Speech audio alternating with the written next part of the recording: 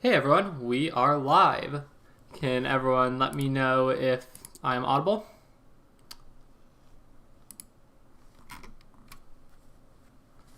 Alright, let's see.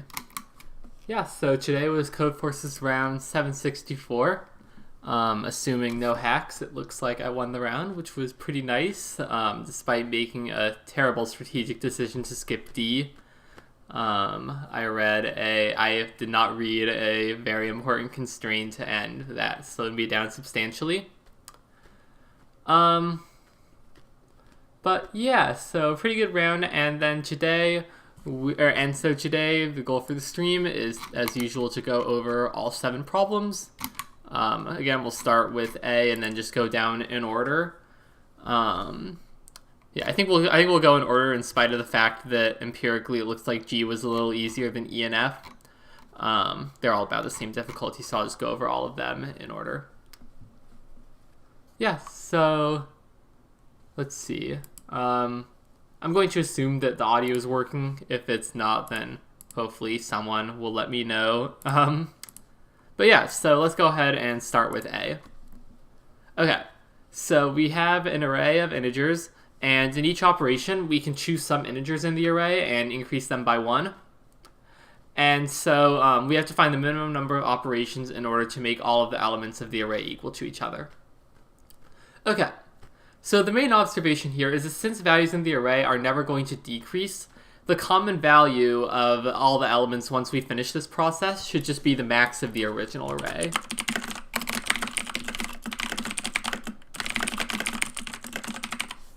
And so in this first sample test case, for example, there's no reason we would ever want to increase the 4.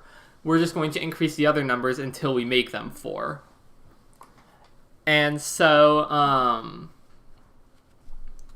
here, if we want to make all the or if we're trying to make all the values equal to 4, what we'll do is at each step we'll just increase all the values that aren't already 4. And so after the first step, we get 4, 4, 3, 4, 2, 3, and then after the next step we get 4, 4, 4, 4, 3, 4, and then after the final step we get 4, 4, 4, 4, 4, 4, 4. And so the final step, so to calculate the number of steps this is going to take, the idea here is so if our common value, this maximum is m.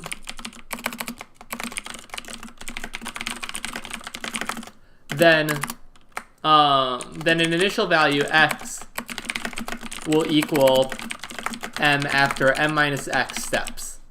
And if we want to find the total number of steps we need, we just need to maximize m minus x over all x in A. And to do this, we're going to minimize x, and so we need to subtract the minimum value in A. And so more informally, the number of steps it's going to take is just the maximum value minus the minimum value, because we can just add 1 to everything, or because if we're adding 1 to everything less than the maximum at each step, then once we've added max of A minus min of A to min of A, then the minimum value will become equal to the maximum value, which is what we want.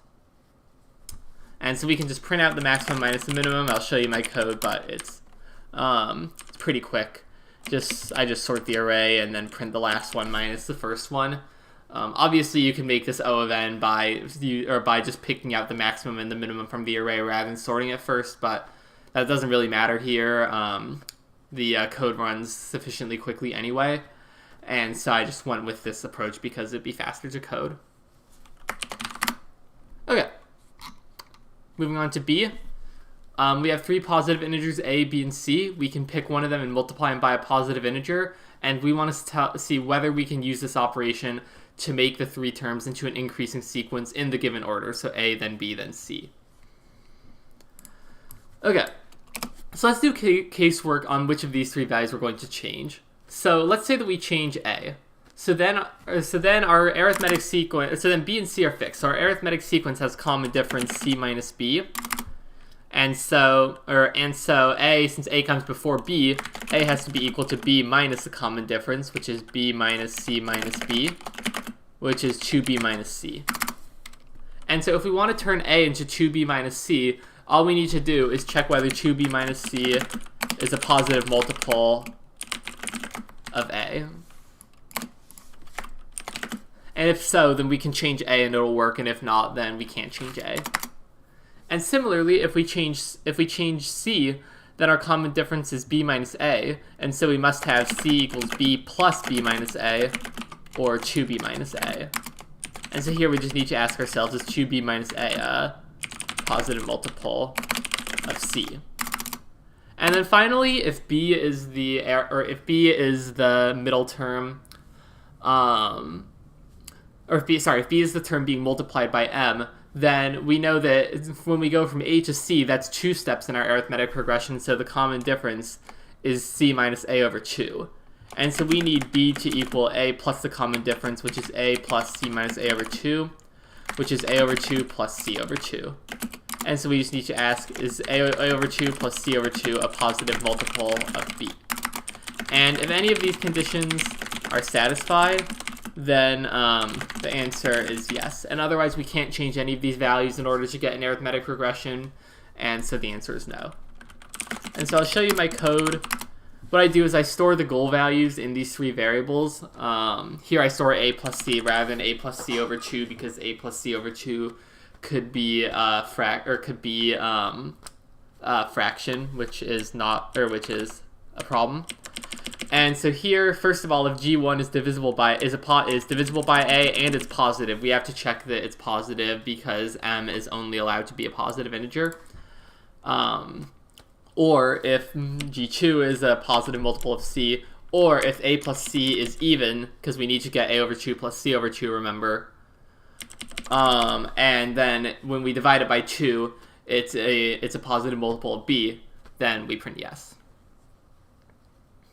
Okay, so that's b. Moving on to c. Here we have an array. We have and it consists of n positive integers, and in each operation, and we're allowed to repeatedly just replace any element of the array with the floor of its value divided by 2. And we have to determine whether we can perform the operation some number of times in order to turn a into a permutation of the numbers 1 through n.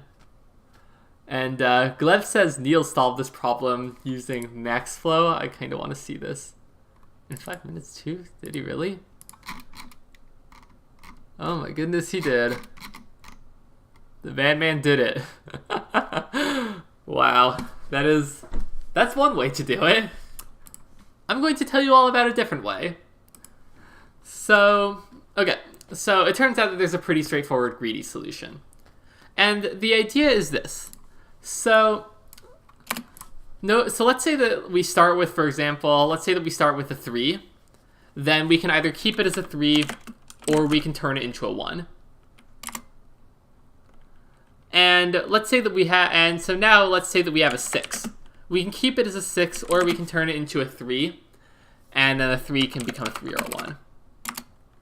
And then let's say we have a 12, we can keep it as a 12 or we can turn it into a 6, and we know from here that the 6 can become a 6, 3, or 1, and so 12 can become 12, 6, 3, or 1.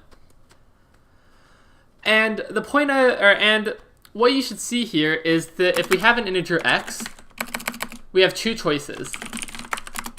We can keep x the way it is, or we can take any number accessible from x over 2.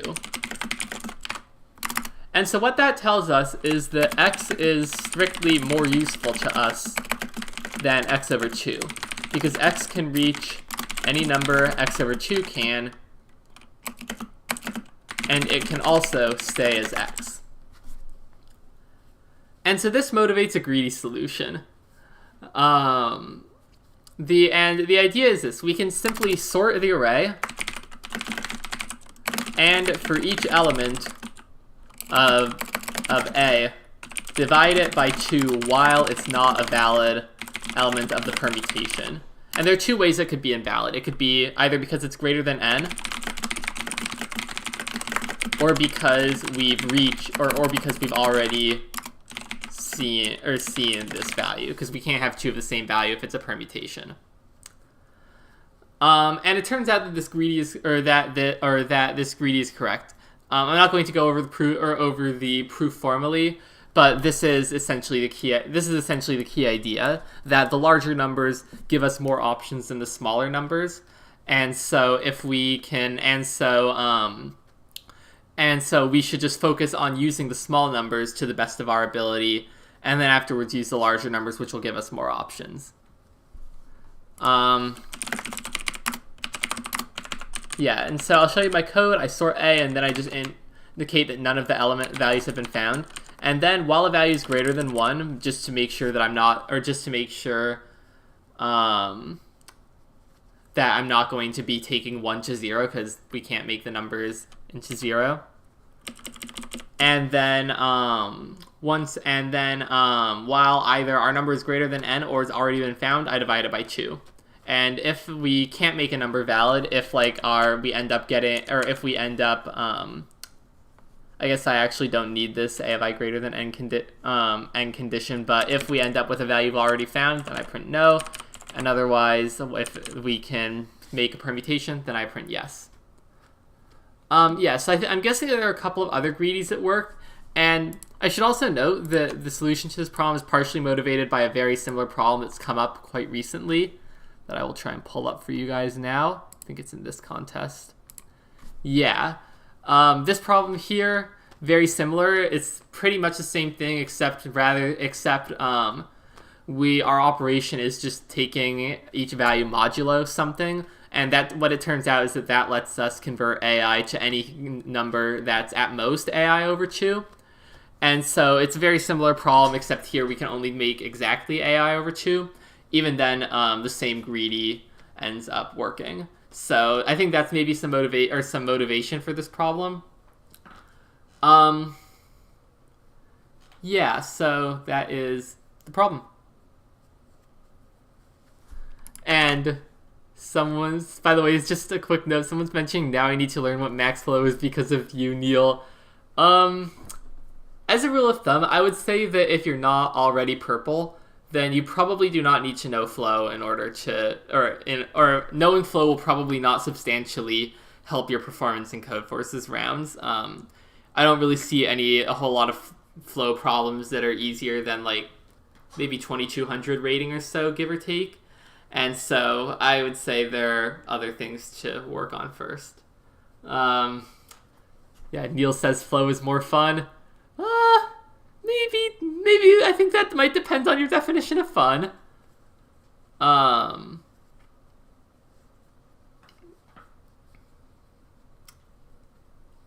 But yeah, Neil is saying that an alternative solution is to just take down every number until it's at most n, and then we should keep only one of the n's, and then only one of the n minus 1s, and so on. And that works out pretty nicely, and I think actually is maybe slightly easier to... I think both of these are right, but it's slightly easier to prove the correctness of that solution. But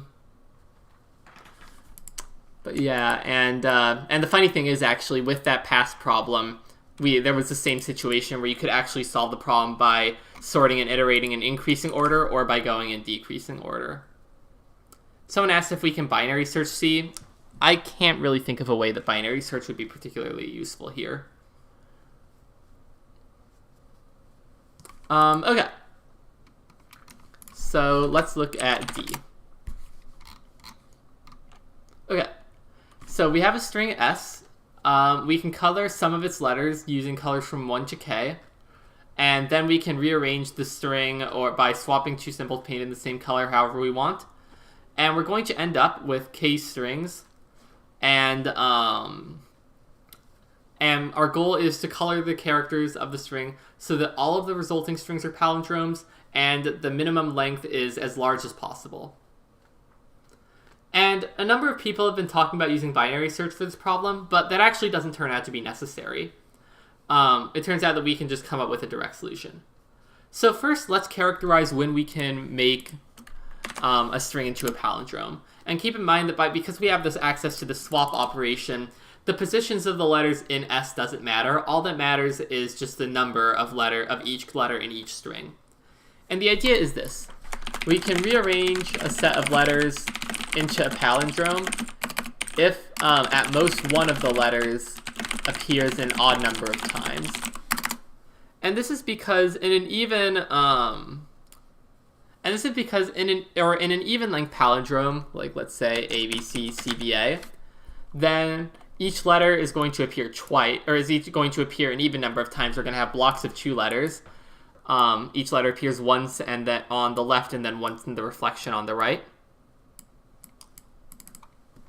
But then if there's an odd length palindrome, then one letter in the middle is going to appear an odd number of times. And so we are allowed to use one letter an odd number of times. But if 2 or more letters appear an odd number of times, then we can prove that the left part of the string can't be equal to the right part. Because the first half of the string has to have the same number of each letter as the right half. Okay. And so that tells us, okay, pairs of equal letters are helpful to us. So let's start just by counting the numbers of pairs of equal letters we can create. And then we'll just evenly distribute those across the case strings. And that tells us the maximum, and that tells us the best we can do if we're using even length palindromes. And so that tells us what the maximum even answer we can get is, and so we can't increase the answer by 2 or more. But then the question is, can we do better by using odd length palindromes? So can we add an extra letter to the middle of each palindrome? And to do this, so there are 2 ways we can get letters for the middle of each palindrome for the odd length part. The first is after we've evenly distributed pairs of equal letters, there will be some pairs left over. And then secondly, there might be an odd number of some letters in the original string S.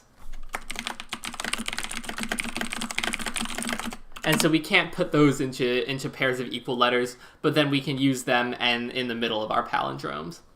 And if there are enough of these extra letters to add a letter to the middle of all case strings, so we need at least k of these extra letters, then we can increase the answer, or then we can use an odd length palindrome to increase the answer by 1. And so, let's see, I'll go through my code real quick. So what I do is I start by storing the count of each letter in the string, and then I use for total to represent the number of pairs, and then X for extra to represent the number of characters appearing an odd number of times. And then if the number of extra characters plus 2 times the number of spare pairs is at least k, then I print the number of pairs per string times 2, because each pair contributes 2 letters, plus 1. And otherwise, I just print the number of letters we can get from pairs. And so let's see. So someone's asking if we can do an example. Let's see. Will any of these be a good example? Let's maybe look at this last example. Okay. So in this last sample case, we have 2 B's, 2 F's, and 2 V's. And so we have 3 pairs, but if we distribute them evenly among the palindromes, then each palindrome will only get 1 pair. And so that might look like BB and FF, for example. And so then we want to see, can we add a letter to the middle of each palindrome in order to create length 3 palindromes? And it turns out that we can, because we have the 2 V's left over, and so we can just stick a V in the middle.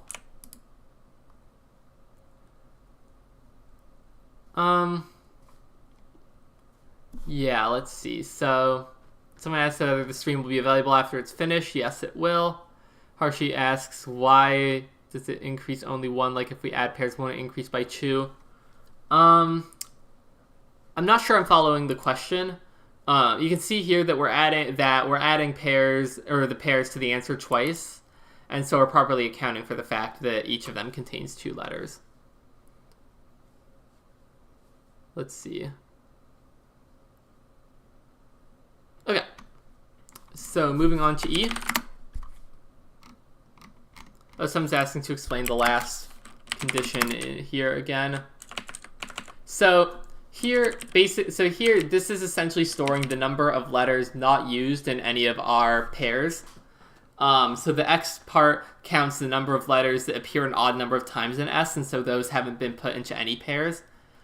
And then total mod K is the number of extra pairs we have left over after we give an even or the same amount to every string.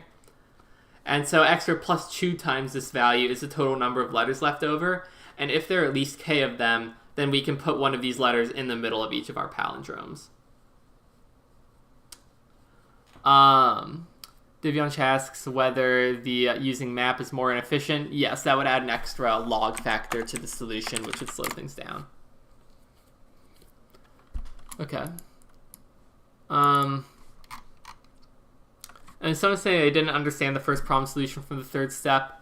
I can go back at the end, but for now I want to get to the last 3 problems. The stream will be available later on, and so you're welcome to rewind and watch it, watch the explanation again if it would be helpful. Okay. So let's take a look at problem E. Okay.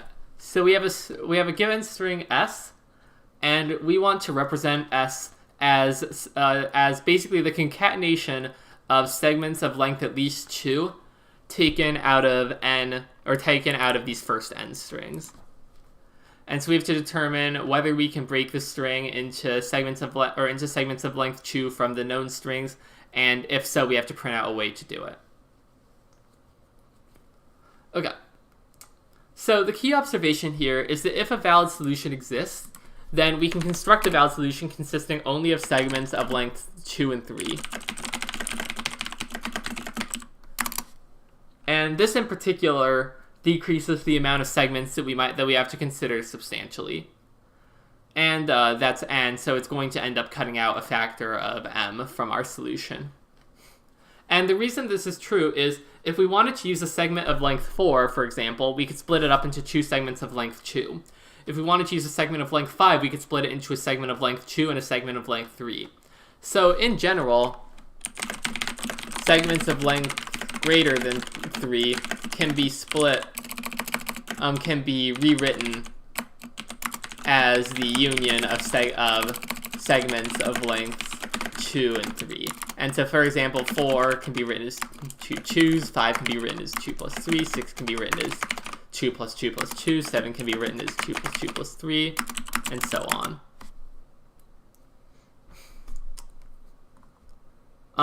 Okay.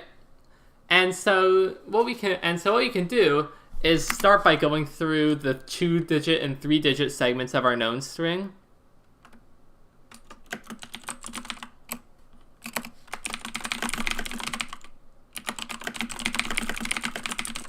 And we're just going to pre-compute all their values, so that for each 2-digit and 3-digit number, we're just going to determine whether it exists as a segment, and if so, where or which segment we can use to find it.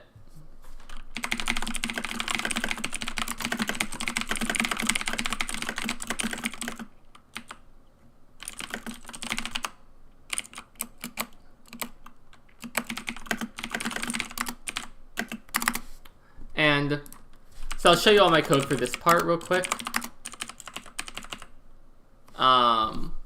So what I do is I just have this extra pair bad that I use to represent when a number doesn't exist. And then I have V2 and V3 representing the 2-digit and 3-digit segments. And so then I go through all of the length 2 segments and all of the length 3 segments. And for each segment I say, okay, the position of this segment is this range here, j plus 1 to j plus 2 in the I plus first string, and then here j plus 1 to j plus 3 in the I plus first string.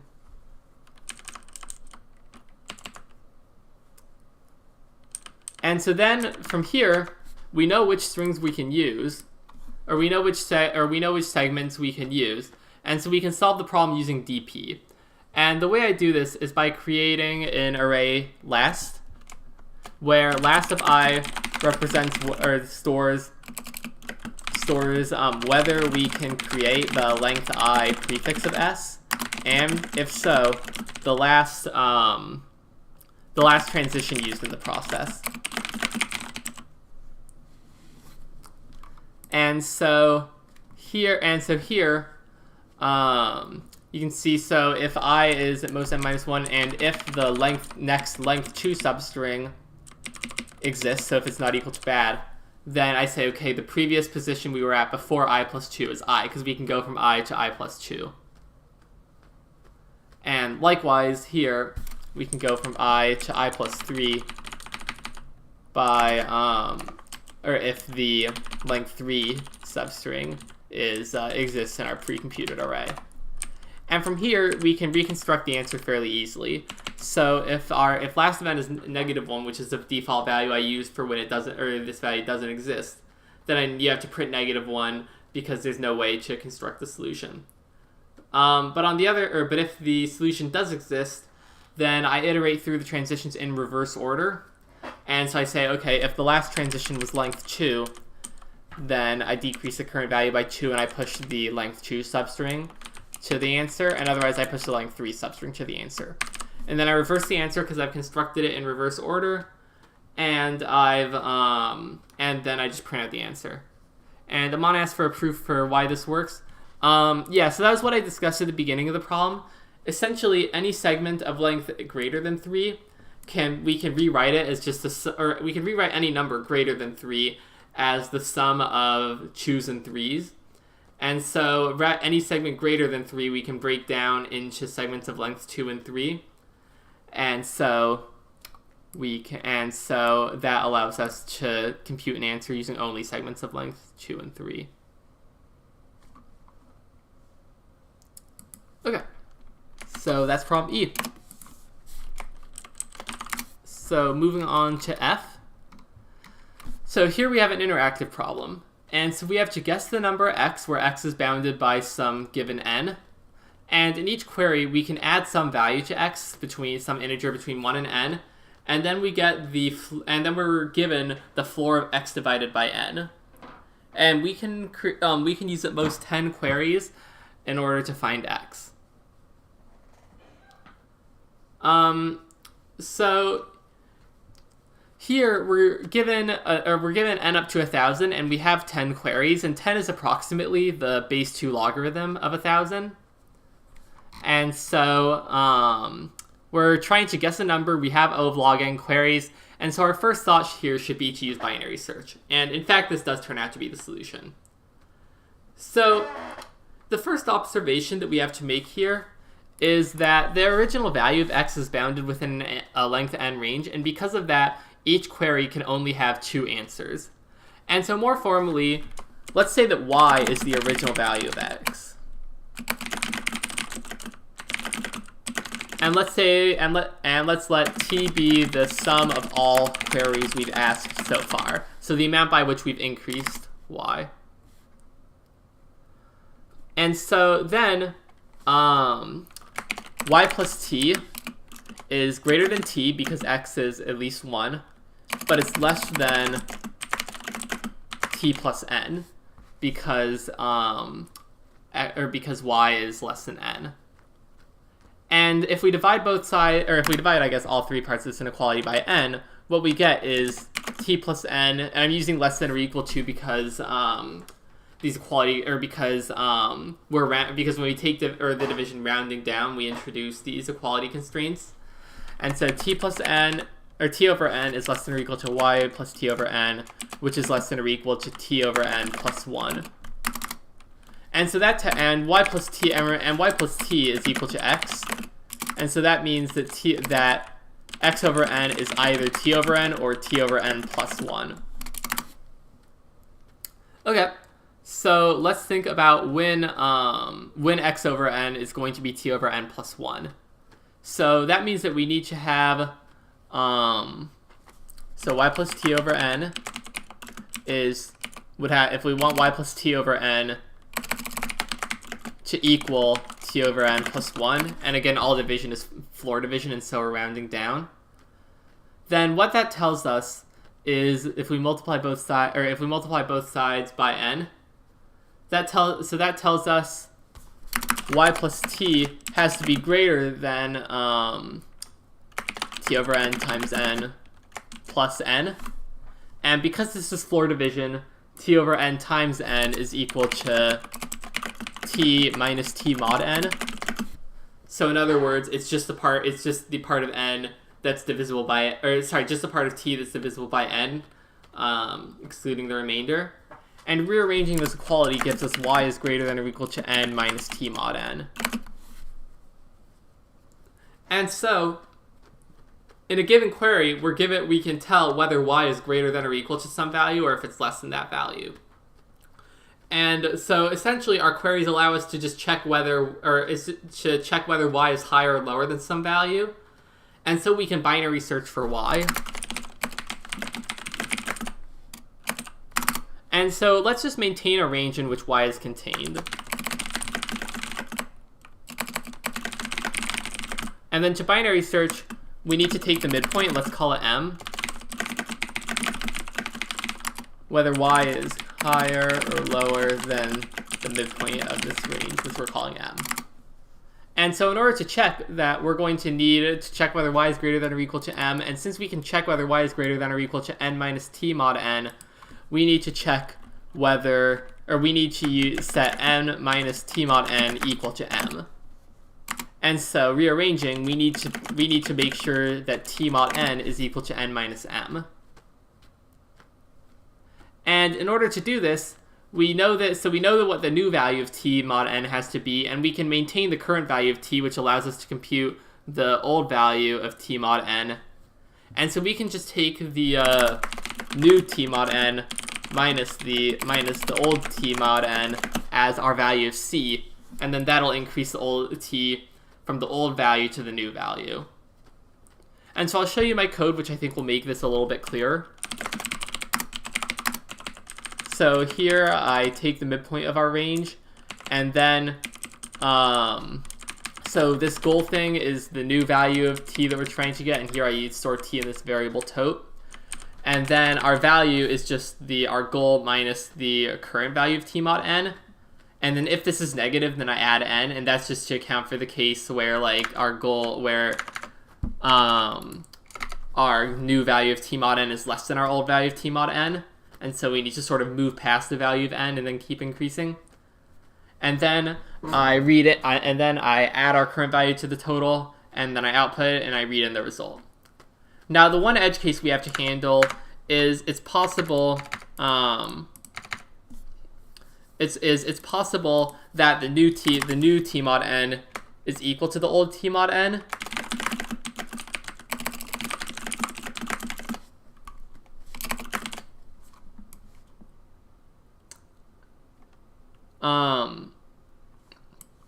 And if that's the case, so if that's the case, then we would try to add 0 to t. But the problem is that we're not allowed to query 0 because t has to be between 1 and n. And so if that's the case, then what we can do is instead of adding 0, we can just use the result from the last query, because if we add 0, the answer to the query isn't going to change. And so we can just maintain the last value, and then if the new value equals the old value, then we can set the current value to the last one. And from here, if our result is equal to the total divide t over n, then we know that our value that y has to be at most m minus 1, and otherwise it has to be at least m.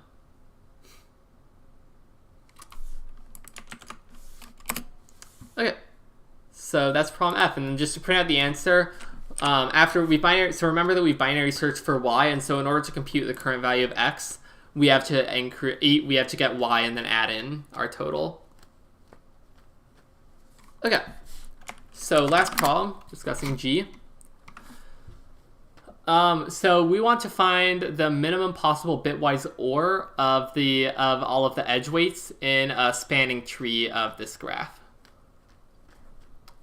And a common technique in problems where we're trying to minimize or maximize some bitwise function is to optimize for the largest bit first and then the second largest bit and so on. Because here, if we're trying to minimize the spanning tree, then any solution where the largest bit is 0 is going to be better than any solution where the largest bit is 1. Because even if all of the smaller bits are 1s, if the largest bit is 0, that's still going to be less than any number where the largest bit is a 1. And so that means that we're going to start by seeing if we can make the most significant bit of our answer 0. And if so, we're going to force that bit to be 0. And then we'll see if we can also then make the second most significant bit 0. And if the most significant bit can't be 0, then we'll allow it to be 1, but then we'll try and make the next, at least like make the next most significant bit 0, and so on. So in other words, we're just going to iterate through the bits in decreasing order and try to make each bit 0 in our answer, if possible. And so that gives us essentially a subproblem that we need to solve 30 times. We need to say, okay, we're given a set of bits that are forced to be 0.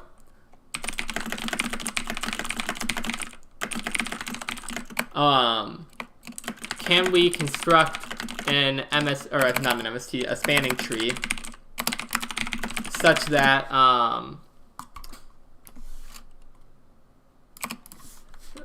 the bits in our such that the OR of all edge weights has zeros in the bits we've chosen. And remember that in order for the bitwise OR to have a 0 in a certain position, every individual edge must have a 0 in that position. And so we essentially need to we need to find a spanning tree consisting only of edges with zeros in all bits we're looking at.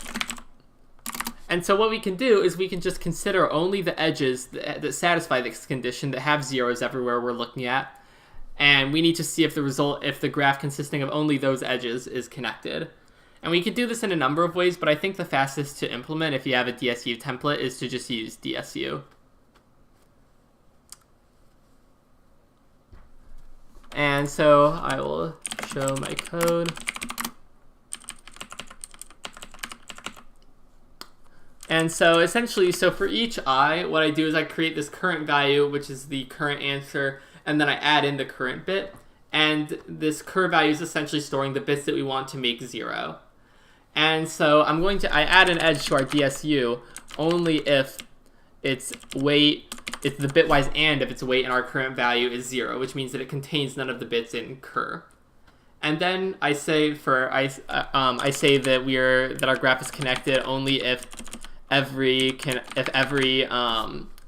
vertex is in the same connected component is 0. And so if at any point if for any vertex the connected component for that vertex is not the connected component for 0, then I say, okay, it's false. This is not a connected graph. But if we successfully found a spanning tree, then I set the answer to cur. And then here, because I'm adding bits to the answer when I can exclude them, answer is essentially the bits we can exclude. I'm taking the bitwise complement of the answer and printing it out. Okay, so that's problem G. And that's the contest.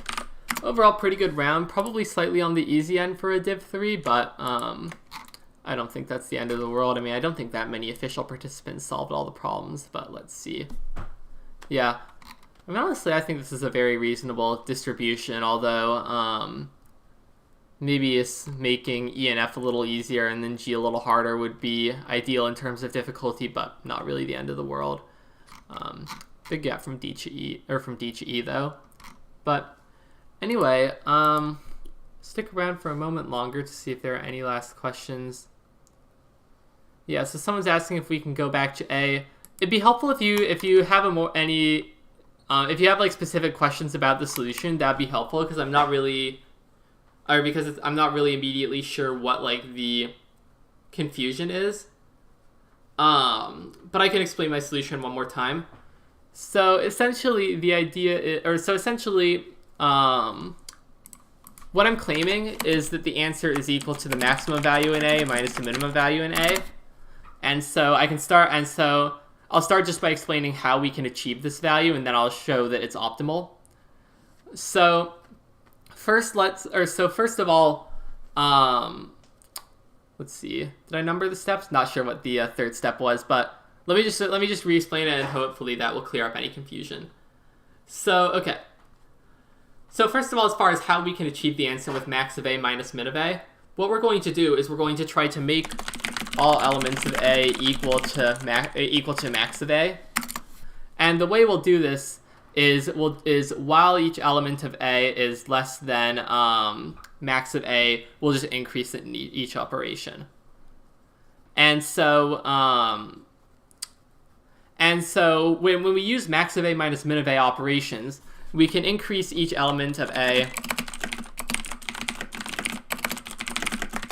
any number of times from 0 to max of A minus min of A. And so that means that the resulting value of each element of A can be anywhere we want from A of I to A of I plus max of A minus min of A. And we know that max of A is going to be somewhere in this interval because A of I is between max of A and min of A.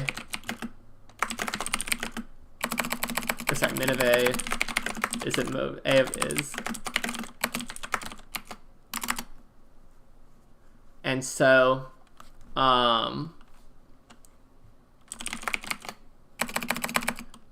then if we add max minus min to both sides, we get max of A is less than or equal to A of I.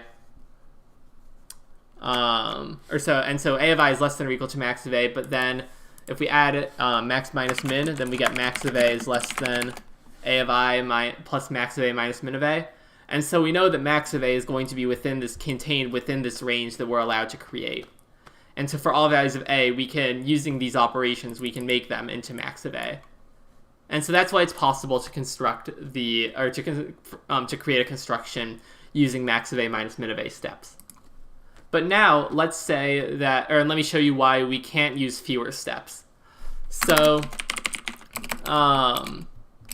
suppose that and the idea here is, suppose for contradiction that we use only k steps, where k is less than max of A minus min of A. And so then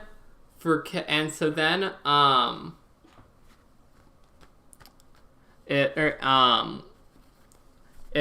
if we can only increase min of A by at most k, so min of A, or so the resulting value for, let's say that P is where the minimum occurs, A of P is going to be less than min of A plus k, which is equal to max of A, which means that A of P is going to be less than max of A, which means that they can't be equal. And so that's why we need at least max minus min operations. Yes, let me know if any of that is still confusing. Hopefully that answers your questions. Someone asked me to explain the logic behind the leftover pair part of D. Yeah, so essentially, here, let me find going back to this third example, the idea here is, okay, so we want to split up, so we have three pairs, we have BB, FF, and VV, and we want to split these up as evenly as possible between the two colors. And so, we use the first two pairs, and we're going to give each of them one pair. But then this third pair, we have a third pair, and we could add the third pair to one of these strings. We could make this BB into BBVVBB, or BVVB, or we could make this into FVVF. But that's not going to be really helpful, because ultimately what we want to do is we want to maximize the minimum length of any of these palindromes. And so even if we have BVVB, we're still going to have this FF that has length 2. And so any pairs aside, and so any excess pairs modulo k aren't going to be helpful to us. So here we have k equals 2, and we have 3 pairs. And so that means that 2 of these pairs are going to be used, and then 3 mod 2, or one of these pairs, we're not going to need in order to give all of these strings as many pairs as possible. And so then once we've given every string as many pairs as we can, what we want to do is we want to see whether we have enough letters left over to give, or to put one letter from each string in the middle, or to put one letter in the middle of each string. And so here we can use these leftover pairs. We can use these total mod k pairs as these extra letters. And then we also have this variable ex that stores the number of letters that appear an odd number of times in s, because those letters were not in any pairs in the first place. And so this is essentially saying if the number of letters that we haven't used so far is at least k. All right. So Priyanka is asking for G, how do we avoid loops if all nodes are in the same component? Can't we still have a loop and not a spanning tree? So there are a couple of ways we can answer this question. So the first is that since I'm using DSU, DSU ignores any edges between two vertices already in the same component, and so it will only generate a spanning tree. But the second thing is, as long as our graph is connected, then we can just remove some edges in order to get a spanning tree. So in other words, if we have a spanning tree and then we also have an extra edge that creates a cycle, that's not a problem for us, because as long as the graph is connected, we can find a spanning tree. And so if we have more than enough edges to create a spanning tree, then we can definitely still find a spanning tree. And then someone's asking whether why the standings from the friends list and from the common list are different. I'm not sure what exactly or why exactly this occurs, but it is a glitch with Codeforces. When the two lists differ, the common standings are what you should trust. And let me see if I can reproduce this error. Let's see.